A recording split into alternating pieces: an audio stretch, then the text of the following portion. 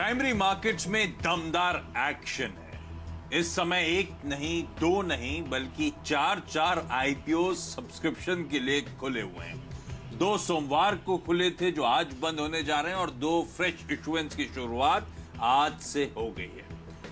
और हम सब के जहन में बहुत सारे सवाल रहते हैं। वो बेसिक तो रहते हैं, धंधा कैसा, आउटलुक कैसा, वैल्यूएशंस कैसे, पर ज्यादा इंपॉर्टेंट पैसा किस में लगाना है। और जेब तंग है, 4 आईपीओ खुले हैं, 2 बेहतर कौन से, या सबसे बेहतर एक में लगाना हो तो कौन सा, ये तमाम सवाल सबके जहन पे रहते हैं। और इन्हीं सब उलझनों को दूर करने के लिए हमने ये शुरुआत करी है आईपीओ 360 डिग्रीज की।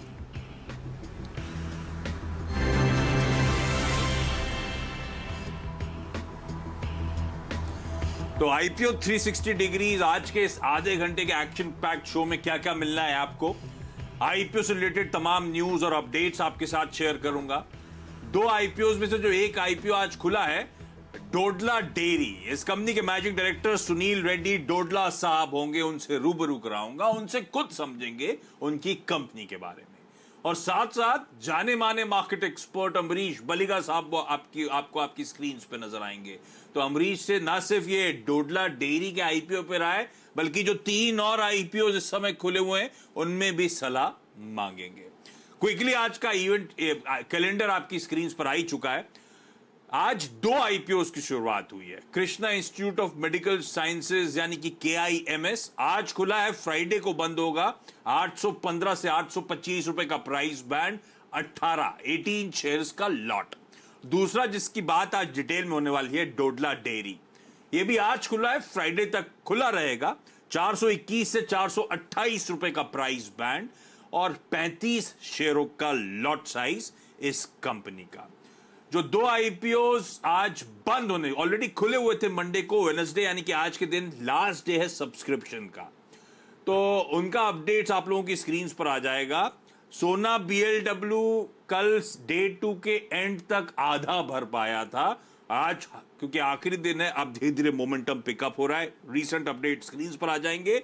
और श्याम मेटालिक्स भी आज बंद होने जा रहा है और कल तक 4-4.5 टाइम्स सब्सक्राइब हो चुका था। तो एक्सपेक्ट करिए आज दोनों ही आईपीओज में अच्छा रुझान देखने को मिलेगा, क्योंकि नॉर्मली इंस्टीट्यूशनल पार्टिसिपेशन आखिरी दिन आता है। लेकिन अब जरा मैनेजमेंट से बातचीत और डोडला डेयरी पे फोकस। तो डोडला डेयरी की डिटेल्स सारी आप लोग को आपकी स्क्रीन पे नजर आएंगी। सुनील रेड्डी डोडला साहब आपको स्क्रीन पे भी नजर आने वाले हैं। डोडला साहब, स्वागत है CNBC आवाज पर आपका। कांग्रेचुलेशंस प्राइमरी मार्केट्स में डेब्यू करने के लिए सर।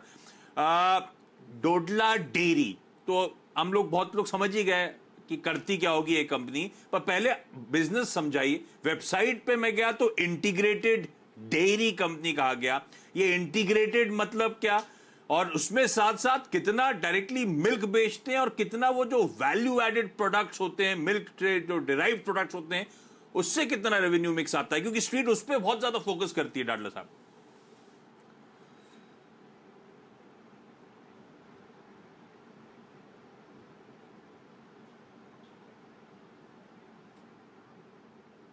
नहीं मुझे दिख तो रहे हैं, लेकिन मेरे ख्याल से आई डाउट मेरी आवाज उन तक पहुंच पा रही होगी। तो डोडला डेयरी की डिटेल्स पे बातचीत होगी, लेकिन इस बीच एक काम करा जाए, वो जो 2 आईपीओ आज बंद होने जा रहे हैं उन पर पहले अमरीश की राय ले ली जाए। उस बीच तक उम्मीद कर रहा हूं कि डोडला साहब से बातचीत की शुरुआत हो जाएगी। अमरीश आए, गुड आफ्टरनून सर। ये आज जो 2 खुले हैं उनके लिए तो मेरे पास समय है, तो मैं उसकी बाद में बात करूंगा। जिनके लिए समय खत्म हो रहा है मेरे पास, आज जिनका लास्ट डे है, उन दोनों पे अपडेट्स दे दीजिए। ये सोना BLW मैनेजमेंट से हमने इसी शो आईपीओ 360 डिग्री में मंडे को ही बात करी। धंधा वंधा तो सब बढ़िया है, पर हर चीज एक भाव पे अच्छी लगती है। क्या वैल्यूएशन स्ट्रेच्ड है क्या बहुत ज्यादा? आप पैसा लगाने की सलाह दे रहे हो क्या? वैल्यूएशंस काफी स्ट्रेच्ड है, although extremely good sector, I mean futuristic है, because they will supplying to EV और वो भी ग्लोबल EVs को। पर जो वैल्यूएशन है काफी स्ट्रेच लग रहा है मुझे, और ये क्लियर है फ्रॉम द सब्स्टिट्यूट फिगर्स जो आ रहे हैं और जो ग्रे मार्केट प्रीमियम है, उससे ये कंफर्म हो रहा है कि people may not be interested at this point of time. पर मेरा यही व्यू रहेगा कि possibly you can give a miss to the IPO, पर जब लिस्ट होगा और यदि काफी अच्छा डिस्काउंट में कोट करेगा, I think that is the time to buy this. हाँ, धंधा तो रखने वाला है। ऑटो एंसिलरी स्पेस में जो आजकल सबसे ज्यादा चर्चा होती है, ऑटो स्पेस में इलेक्ट्रिक व्हीकल्स, ईवीज, तो पहली ऐसी कंपनी है जो इस तरह का डोमिनेंस रखती है ईवी स्पेस में, जो भारतीय बाजारों में लिस्ट होने आ रही है। तो फ्यूचरिस्टिक धंधा, बढ़िया बिजनेस, बढ़िया पकड़, पर वैल्यूएशन स्ट्रेच्ड, अमरीश कह रहे हैं। वही कल जब मैनेजमेंट आया था तो हमने ये चर्चा भी करी थी अमरीश की, टेबल पे शायद बहुत कुछ छोड़ा नहीं आपने हम लोगों के लिए, तो मैनेजमेंट को ध्यान देना चाहिए, टेबल पे छोड़ेंगे तो उत्साह बढ़ेगा, इसीलिए ठंडा रिस्पॉन्स अब तक। अमरीश कह रहे हैं फिलहाल के लिए अवॉइड है, लिस्टिंग के बाद अगर डिप्स आते हैं तो बेहतर मौके होंगे इस कंपनी सोना BLW प्रिसिजन सिस्टम्स में, जैसे सोना कॉमस्टार के नाम से ज्यादातर लोग जानते हैं इसमें। अच्छा, दूसरा श्याम मेटालिक्स। अब ये एक तो जो स्पेस है मेटल्स की, ये खैर मैसिव आउट परफॉर्मेंस में, तो फ्लेवर में वैसे ही आ गया ये स्टॉक, लेकिन क्या वाकई धंधा ऐसा है कि ओन करा जाए, या फिर इसके कुछ सिमिलर लिस्टेड प्लेयर्स ज्यादा अट्रैक्टिवली प्लेस्ड हैं, उन पर नजर डालनी चाहिए? नहीं, मुझे लग रहा है कि ये स्टॉक डिसेंटली प्राइस है। I mean I would say थोड़ा सा ओवर प्राइस्ड है, पर जब ये सेक्टर काफी बूम में है, एंड आई थिंक ये जो इश्यू जो प्लान किया है, I think it's very well timed, क्योंकि जब बूम चल रहा है उसी वक्त ये लोग आ रहे हैं। So and again that is very clear from the sort of subscription जो इनका लाइक हम लोग देख रहे हैं। और we have seen that in the last 2 decades, जिस हिसाब से इनका कैपेसिटी एक्सपेंशन किया है आस्ते आस्ते, लो गियरिंग पे, it is through internal accruals. I suppose this will carry on, और आगे भी जाके I think over the next 4-5 years काफी अच्छा एक्सपेंशन प्लान किया हुआ है। तो I think this is one IPO जहाँ पे आई वुड सजेस्ट कि लगाना चाहिए, and I think one should hold on. This is not for listing games. Hold on तो लिस्टिंग पॉप के लिए नहीं, लंबी अवधि के लिए तो अट्रैक्टिव है। इस स्टॉक श्याम मेटालिक्स में पैसा लगाया जा सकता है। सोना BLW के वैल्यूएशंस थोड़े से स्ट्रेच्ड है। वैसे मैंने भी जब पैकिंग ऑर्डर पूछा था, दोनों में एक में निवेश करने की सवाल पूछा था, मुझे याद नहीं लास्ट टाइम एनालिस्ट कौन जुड़े थे, तो उन्होंने भी स्पेसिफिकली यही कहा था, राजेश अग्रवाल साहब, तो वो भी यही कह रहे थे कि अगर दोनों में से एक में लगाना है तो श्याम मेटालिक्स ज्यादा बेहतर प्लेस, ज्यादा अट्रैक्टिव बेट नजर आता है। तो IPO के लिहाज से ये बेहतर बेट, धंधा वो अच्छा, पर अगर गिर के मिले अच्छे वैल्यूएशंस पे तब उस धंधे को एक्वायर करेंगे, तब उसमें स्टेक शेयर्स एक्वायर करेंगे। अब जरा उम्मीद कर रहा हूं डॉक्टर साहब अब तक आपने वो लाइन रिसर्च कर दी होगी। डोडला डेयरी के मैनेजिंग डायरेक्टर सुनील रेड्डी डोडला साहब आपको आपकी स्क्रीन पे फिर से नजर आएंगे। डोडला साहब, एम आई ऑडिबल? मेरी आवाज पहुंच रही है आप तक? बहुत बढ़िया sir, thank you very much sir. Finally respite. Dodla sir, नाम से समझ में आ गया धंधे का, डोडला डेयरी प्रोडक्ट्स बनाने वाली कंपनी। मैं वेबसाइट पे गया तो उसमें लिखा होता है इंटीग्रेटेड डेयरी कंपनी। अब ये डेयरी में इंटीग्रेशन मतलब क्या हुआ सर? और डेयरी कंपनीज में बहुत लोग बहुत पैनी नजर रखते हैं, डायरेक्टली कितना दूध बेचते हैं, कितना वैल्यू एडेड प्रोडक्ट्स में फोकस है, तो इस सब रेवेन्यू मिक्स कैसा है वो भी समझाइएगा। Yes sir. सर इंटीग्रेटेड का मतलब है सर, हम पूरा चेन हमारे पास ही है sir, procurement directly from farmer से लेके processing, marketing, distribution, and retail में भी वी हैव स्टार्टेड, हम हमारा ओन आउटलेट लगा के रिटेल भी कर रहे हैं सब, स्मॉल पोर्शन। सो वही है सब इंटीग्रेटेड करने से वैल्यू चेन में हर एक एरिया में हमको मार्जिन इंप्रूवमेंट के लिए चांस मिलते हैं, और इंप्रूवमेंट ऑफ मार्जिन भी करते हैं sir. Value added products is 27% of our volume sir, and 73% is right now milk sir. And तो ये कहानी हो गई। तो ये आपका जो डेली मिल्क प्रोक्यूरमेंट है पूरी तरह से आप डायरेक्टली किसानों से करते हो, थर्ड पार्टी इन्वॉल्वमेंट बिल्कुल नहीं है? मैं RHP में देख रहा था ओवर द इयर्स रिड्यूस तो जरूर हुआ था थर्ड पार्टी डिपेंडेंस, अब खत्म हो गया है क्या? अब ऑलमोस्ट खत्म हो गया sir. Now almost 75% of payment भी हम डायरेक्टली फार्मर अकाउंट में ही करते हैं सर। हमारा वॉल्यूम जो आता है पेमेंट भी सीधा फार्मर अकाउंट में जाता है। पहले भी गांव में जो था वो हम उसको एजेंट बोलते थे, अभी वो एजेंट नहीं है सर, वो सिर्फ एक कंसोलिडेटर हो गया हमारे लिए, और हमारा संबंध अभी डायरेक्ट फार्मर के साथ है सर। और ये जो मिल्क प्रोक्योरमेंट की बात है डोडला साहब, उससे आप बहुत ऑब्वियस जानते हैं, सबसे इंपॉर्टेंट वो मिल्क प्राइसेस की वोलेटिलिटी, बहुत तगड़ी प्राइस सेंसिटिविटी है इस इंडस्ट्री की, वो मिल्क प्राइसेस में फ्लक्चुएशंस को लेकर, क्योंकि मार्जिन्स थिन होते हैं इस धंधे में। लास्ट फाइनेंशियल ईयर्स में मेरे ख्याल से इस साल के 9 महीने के जो फाइनेंशियल थे उसमें तो अच्छा इंप्रूवमेंट है, तो क्या वो मिल्क प्रोक्योरमेंट प्राइसेस रिड्यूस हुए उसका फायदा है क्या? और इस तगड़ी प्राइस सेंसिटिविटी से आप लोग कैसे जूझते हो? क्या आसानी से कॉस्ट एस्केलेशन को पास ऑन कर पाते हैं या डेंट लेना पड़ता है? सर नॉर्मली हम historically we have been able to pass on, सब जो भी प्राइस इंक्रीज होता है कंज्यूमर को पास ऑन करते हैं सर। ये बार ये जो 9 मंथ्स आप देख रहे हैं और इवन फ्यूचर देखने से 1920 में ऐसा ही हुआ था सब कि हमारा सेल्स वॉल्यूम बहुत बढ़ता गया और इनपुट वॉल्यूम खरीदने में प्राइस इंक्रीज हुआ था सर। वो कंसिडरेशन में लेके 19 अक्टूबर टू 20 मार्च हम प्राइस इंक्रीज करते गए सर। जब 20 मार्च के बाद जब कोविड आया वो प्राइस इंक्रीज का इम्पैक्ट हमको पूरा था, लेकिन वो प्रोक्योरमेंट का जो हम एस्टिमेट करके प्राइस इंक्रीज होता सोचे तो वो नहीं हुआ सर। इनफैक्ट 1 रुपया कम हुआ, इसलिए हमारा मार्जिन बहुत स्ट्रांग हुआ सर। एंड कंटिन्यूस ये ईयर भी वही हो रहा है, दैट विल कंटिन्यू नाउ। जब भी हमारा प्राइस प्रोक्योरमेंट प्राइस इंक्रीज हो वो ऑलरेडी फैक्टर इन हुआ sir. So we will maintain healthy margin sir as we go forward. तो इंडस्ट्री के डायनामिक्स समझने की जरूरत है। एक तो कहा जाता है इस स्पेस में बहुत स्ट्रांग कॉम्पिटिटिव इंटेंसिटी है, बहुत सारे प्राइवेट प्लेयर्स और अब तो कई सारे फॉर्मिडेबल प्लेयर्स इस इंडस्ट्री में ऑलरेडी प्रेजेंस रखते हैं। और दूसरी दिक्कत की बात वो कोऑपरेटिव्स की प्रेजेंस जो हमेशा प्राइवेट प्लेयर्स की प्राइसिंग पावर को लिमिट करती है। आप इस सिनेरियो को कैसे जूझते हो सर? और प्लस इस समय अभी कोऑपरेटिव्स का ओवर द इयर्स तो मुझे याद है दूध में जो पकड़ थी वो रिड्यूस हो रही थी, प्राइवेट प्लेयर्स का डोमिनेंस धीरे धीरे बढ़ना शुरू हुआ था। अभी स्थिति क्या है इस इंडस्ट्री की? सर ये कोऑपरेटिव और private sector sir, private sector was liberalised only early 90s में लिबरलाइज हुआ था सर।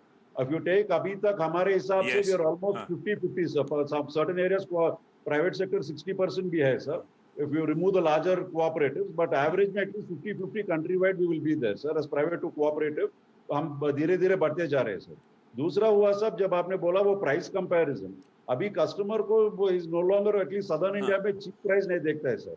कस्टमर को गुड क्वालिटी मिल्क चाहिए, सस्टेन टाइम पे चाहिए और वो जो सर्विस हम देते हैं वो चाहिए सर। अभी हिसाब पकड़ लीजिए सब, अगर एक घर में 1 लीटर खरीद रहे हैं, अगर 1-2 रुपया का फर्क है, अभी किसी घर में 60 रुपीज एक महीना में अभी लोग उसको what is they don't have any value, they don't mind that sir, अगर क्वालिटी और सर्विस अच्छा हो।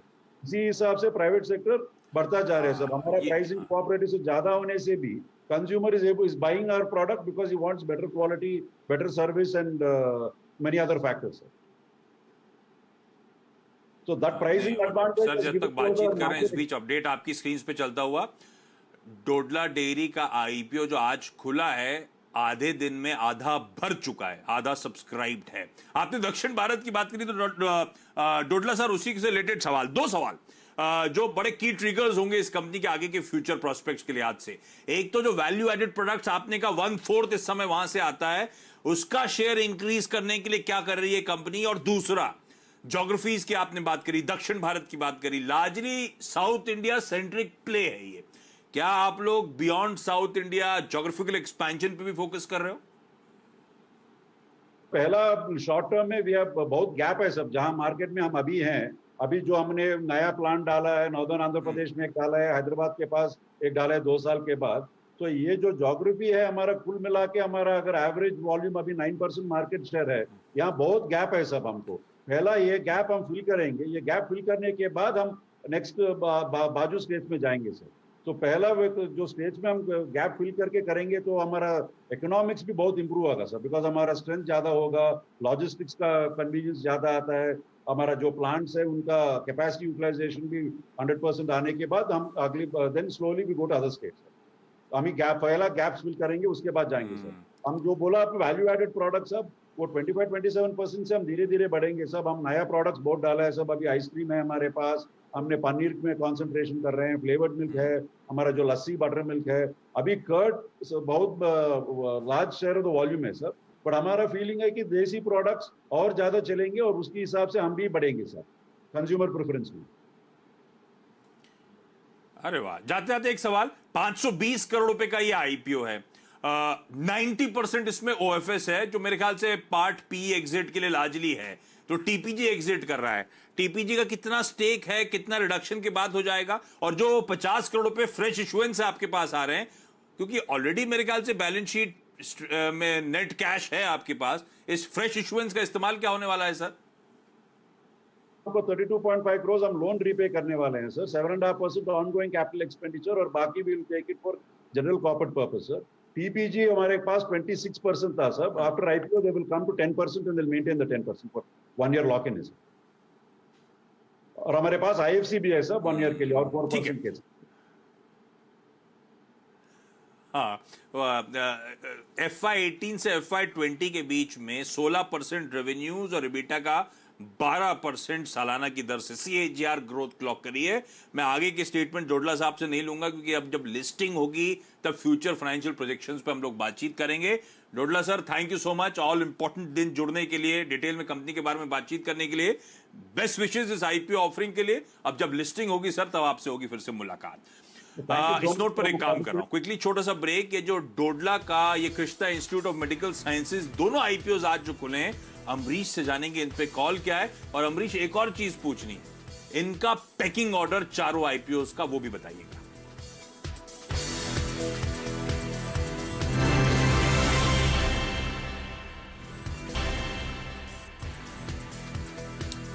ब्रेक के बाद आपका स्वागत है और अब सबसे इंपॉर्टेंट सवाल। अमरीश, डोडला डेयरी के मैनेजमेंट से बात हुई, KIFS एक और KIMS एक और IPO आज से खुला है, दोनों पे कॉल क्या है? पैसा लगाना है किसी में भी? पैसा तो लगा सकते हैं। फॉर एग्जांपल डोडला में जो मुझे अच्छा लगा, it's clearly they are leaders in that region, third largest procurement करते हैं, second largest in terms of market. और डोडा जी जो बोल रहे थे इंटीग्रेशन में they are also done backward integration.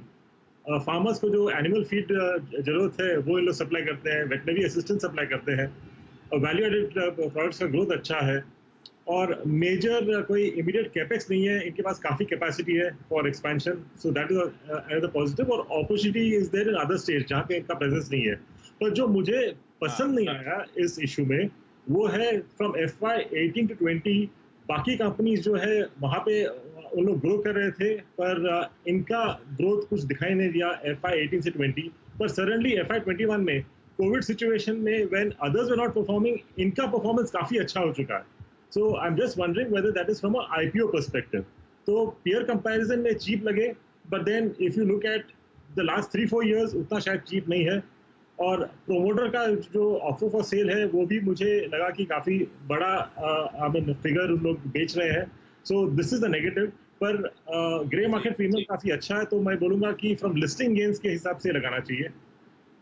और KIMS में भी ओवरऑल सेक्टर तो काफ़ी अच्छा है, ये लीडर है जिस स्टेट्स में लोग ऑपरेट कर रहे हैं, और demand for health care clearly increase होएगा आफ्टर पोस्ट कोविड, क्योंकि इलेक्टिव सर्जरीज जो डिले हुए थे वो अभी होंगे। और कोविड का जो आफ्टर इफेक्ट है, जो कोविड का आफ्टर इफेक्ट है, आई think that will carry on for much longer, so that will also have like increase the demand for health care. और इस कंपनी में, इस IPO में इंस्टीट्यूशनल रिजर्वेशन काफ़ी हाई है, तो शायद पोस्ट IPO सेलिंग नहीं आए। पर इसमें एक ही चीज़ मुझे खटकता है, तो प्रोमोटर होल्डिंग ऑलरेडी लो था, 40 to 43% था, उसके बावजूद उन लोग अभी भी ऑफर फॉर सेल करके they are reducing their holding. That is the only concern which I have with this company. तो फिर दोनों में पैसा लगाना है ना? दोनों में पैसा लगाने का है। इन KIFS it is basically for medium to long term, और डोडला डायरी में I think one should be applying. Yeah, Dodla diary में already I think one should be applying for listing gains.